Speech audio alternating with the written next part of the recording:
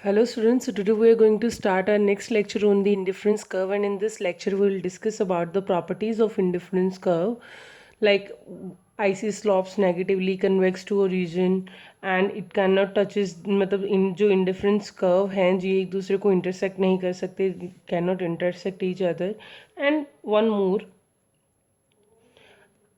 property of indifference curve. So let's just start with the first point here, that is the icy slopes negatively. icy जो है वो क्या करता है, negatively slope करता है. ऐसा क्यों होता है?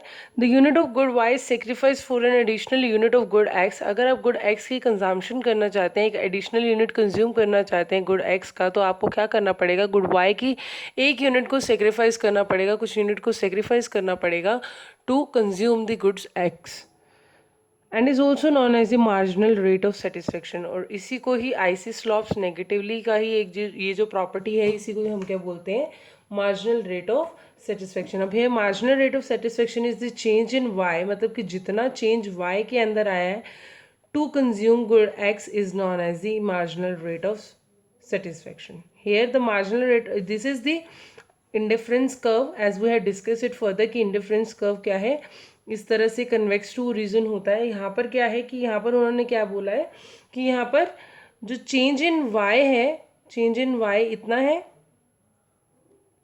पहले क्या था, वाई की गुड्स इतनी कंज्यूम हो रही थी, वाई की गुड्स इतनी कंज्यूम हो रही थी तो गुड्स एक्स की कंजम्पशन क्या थी, कम थी. तो उसकी कंजम्पशन को बढ़ाने के लिए उन्होंने क्या कर दिया, वाई को सेक्रीफाइस कर दिया. तो ये चेंज जो चेंज आया है एक्स और वाई की कंजम्पशन के अंदर, इस चेंज को हम क्या बोलते हैं, ये जो चेंज आया है, ये चेंज क्या है, आपका मार्जिनल रेट ऑफ सेटिस्फेक्शन है. अब हम बात करते हैं मार्जिनल रेट ऑफ सेटिस्फेक्शन किस तरह से कैलकुलेट किया जाता है, वो हम सेकंड पॉइंट के अंदर पढ़ेंगे, जो कि क्या है आपका कन्वेक्स टू ओरिजिन. यहाँ पर कन्वेक्स टू ओरिजिन के अंदर क्या है, ये कन्वेक्स टू ओरिजिन क्यों होता है, क्योंकि यहाँ पर क्या है कि जो आपका मार्जिनल रेट ऑफ सेटिस्फेक्शन है वो क्या करता है, कंटिन्यूसली फॉल होता जाता है. जैसे जैसे आप एक यूनिट को क्या करेंगे, कंज्यूम करेंगे, वैसे वैसे मार्जिनल रेट ऑफ सेटिस्फेक्शन भी क्या होता जाएगा, डाउन होता जाएगा. more of the consumption of good x और good y, less will be the marginal rate of satisfaction. मतलब हमने पहले अपने लॉ के अंदर पढ़ा था, उस लॉ के अंदर हमने क्या पढ़ा था कि आप जितने भी यूनिट्स को क्या करते हैं, कंज्यूम करते हैं, उससे होने वाली सेटिस्फेक्शन उतनी ही क्या होती जाती है, रिड्यूस होती जाती है, डिक्रीज होती जाती है. यहाँ पर उन्होंने एक कॉम्बिनेशन दे रखा है आपको A B C D E, और उसी के साथ ही गुड एक्स गुड वाई का भी उन्होंने कॉम्बिनेशंस दे रखे हैं. गुड एक्स जो है उन्होंने क्या बोला है कि अगर आप ए कॉम्बिनेशन ए को सेट करते हैं तो वहाँ पर गुड एक्स की जो है कंजम्पशन वो आप 1 यूनिट कर रहे हैं, गुड वाई की कंजम्पशन आप 20 यूनिट्स कर रहे हैं. इसी तरह से सेकेंड बी कॉम्बिनेशन के अंदर गुड एक्स की जो कंजम्पशन है वो 2 यूनिट्स हो रही है, गुड वाई की कंजम्पशन 15 हो गई है. सी यूनिट के अंदर गुड एक्स की कंजम्पशन 3 हो रही है और गुड वाई की कंजम्पशन 12 हो रही है. यहाँ पर आप एक चीज़ नोटिस करेंगे कि जैसे जैसे हम गुड एक्स की कंजम्पशन को इंक्रीज कर रहे हैं, वैसे वैसे गुड वाई की यूनिट्स के अंदर क्या हो रहा है, रिडक्शन आ रही है.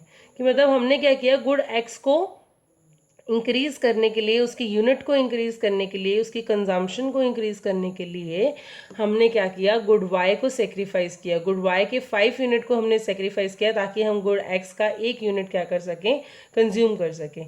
गुड वाई के हमने 15 यूनिट्स को क्या किया, मतलब कि 20 से 15 आया, 5 यूनिट आपने क्या कर लिए, सेक्रीफाइस कर लिए. फिर 15 से 12 आया, तो मतलब 3 यूनिट आपने सेक्रीफाइस कर लिए to increase the 1 unit of good x.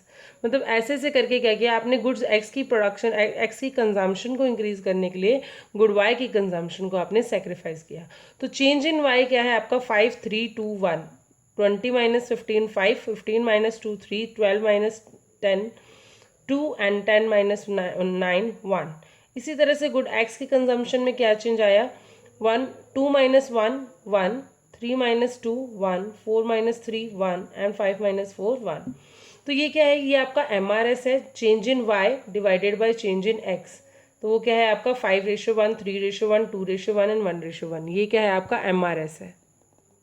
So marginal rate of satisfaction के अंदर क्या हुआ कि आपका जो मतलब मार्जिनल रेट ऑफ सेटिस्फेक्शन जैसे जैसे डिक्रीज हो रहा था, वैसे वैसे ही क्या, जैसे देखो यहाँ पर 5 यूनिट आपके यूनिट वाई का कंजम्पशन इतना था, आपने उसकी कंजम्पशन के अंदर क्या किया, 5 यूनिट का डिफरेंस किया, तो आपकी वाई की कंजम्पशन कहाँ आ गई, यहाँ आ गई। फिर आपने क्या किया, उसके अंदर 3 यूनिट का आगे और डिक्रीमेंट किया और डिक्रीज़ किया उसको। जैसे ही आपने उसे डिक्रीज़ किया तो उसकी कंजम्पशन कहाँ आ गई, यहाँ आ गई। देन फिर यहाँ पर और फिर बिल्कुल and 1।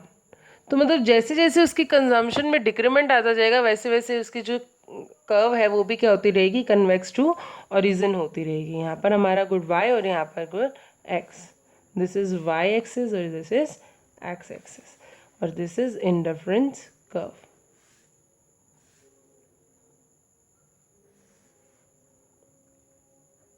Now IC can't intersect each other. IC कभी भी एक दूसरे को इंटरसेक्ट नहीं करते हैं, क्योंकि हमें अभी हमने नेक्स्ट लेक्चर में हमारा जो लास्ट लेक्चर था हमने उसमें ये चीज़ पढ़ी थी कि यहाँ पर क्या होता है, इंडिफरेंस कर्व के अंदर जितने भी पॉइंट होते हैं वो एक दूसरे के इक्वल होते हैं। A is equals to B is equals to C. If A is equals to B and B is equals to C, it means A and D दोनों क्या होंगे, एक दूसरे के इक्वल होंगे, और ई और सी भी एक दूसरे के क्या होंगे, इक्वल होंगे, है ना। तो अब यहाँ पर क्या है, अब हम इस डायग्राम से भी ये चीज़ देख सकते हैं कि अगर आपकी ए की कंजम्पशन इतनी है और डी की कंजम्पशन क्या है, इतनी है, which is not the same. अगर ये सेम नहीं है तो ये इक्वल कैसे होंगे।